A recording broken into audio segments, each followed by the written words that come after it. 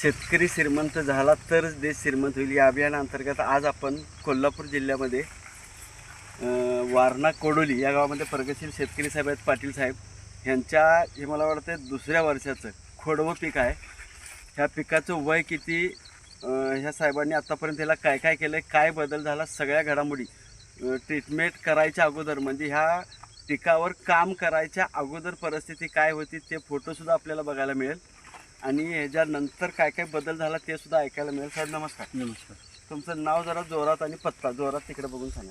माणिक शंकर पाटील, राहणार काखे, तालुका पन्हाळा, जिल्हा कोल्हापूर. तालुका पन्हाळा, जिल्हा कोल्हापूर. साहेब आता एक खोडवं पीक आहे.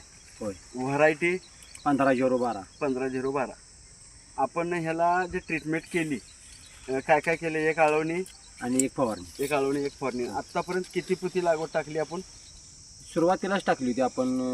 मी यायच्या अगोदर तुम्ही यायच्या अगोदर बघायला मावरोशन लागवड करून घेतलेली. त्याच्यानंतर मी आल्यानंतर काय लागवड काय नाही अजून काय टाकलेलं नाही. फक्त आपण आळवणी करताना सुपर ॲग्रो बुस्टर बरोबर एक 5-7 किलो लागवड होय दिली आणि फवारणी बरोबर एनपीके 1-2 किलो काहीतरी दिले.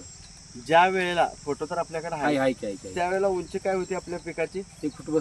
फुटभर होते. फुटभर होती. आणि अंतर जे आता होतं, अंतर म्हणजे पूर्ण रान मोकळं वाटत होतं. आता हे खोडवा आहे हे बोलायला लागते कारण खोडवा हे कोणाला पटणार नाही. फुटवा किती झालाय, फुटव्याची जाडी काय आहे हे सुद्धा आपण बघायचं आहे. तर जरा मोबाईल पुढे घेताय का बघा. फुटवा मोजूया आपण आणि त्याची जाडी पण बघूया.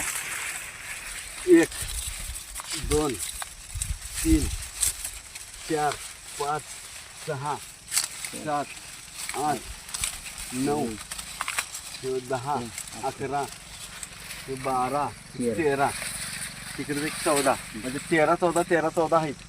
आणि जाडी जर बघितली तर साहेब कसं आहे, खोडव पण म्हणाल याला कमीत कमी असा होय जाड आहे. आणि पानाची व्हरायटी म्हणजे रुंदी तर जरा पान दाखवा इकडे जरा. जवळजवळ माझे 3 बोटापेक्षा जास्त बसतात पान.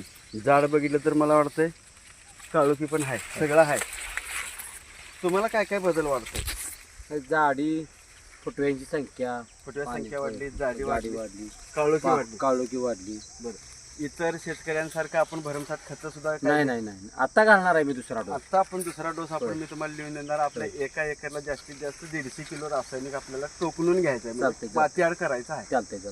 मातीमधला बदल मी तुम्हाला दाखवतो. आता पाऊस कधी झालाय? रात्रीच झाला.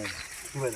आता हे बघा, हे अशी जी माती आहे अशी माती तुम्हाला कुठे बघायला मिळते का? आता राळ्या भातावर निघते अशी माती हाताला चिटकते का कुठं? आणि किती माती मऊ झाली बघा एवढी अशी. ह्या मातीतला बदल, मातीवर काम केल्यानंतर पिकात बदल झाला आणि पिकात बदल झाल्यानंतर पीक चांगलं झालंय. आता तुम्ही जर समाधानी असाल, आहे का समाधानी? इतर शेतकऱ्यांना तुम्ही काय सल्ला देणार आपल्या भागातल्या किंवा महाराष्ट्रातल्या शेतकऱ्यांना? भागातल्या किंवा महाराष्ट्रातल्या शेतकऱ्यांनी कसं आहे, खर्च कमी आहे. खर्च कमी आणि पीक चांगलं येते. खर्च कमी आहे, पीक चांगलं येते. होय.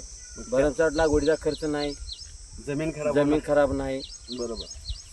हे साहेबांचा सल्ला, पाटील साहेबांचा असा आहे की ह्याचा खर्च कमी आहे, जमीन चांगली होते, पीक चांगलं येतं. त्यामुळे सर्वांनी ह्या मार्गदर्शन, आपली संस्था जे मार्गदर्शन करते हे मार्गदर्शनाच्या हिशोबाने शेती करावी. माझी सुद्धा सर्व शेतकरी बांधवांना हीच विनंती. धन्यवाद.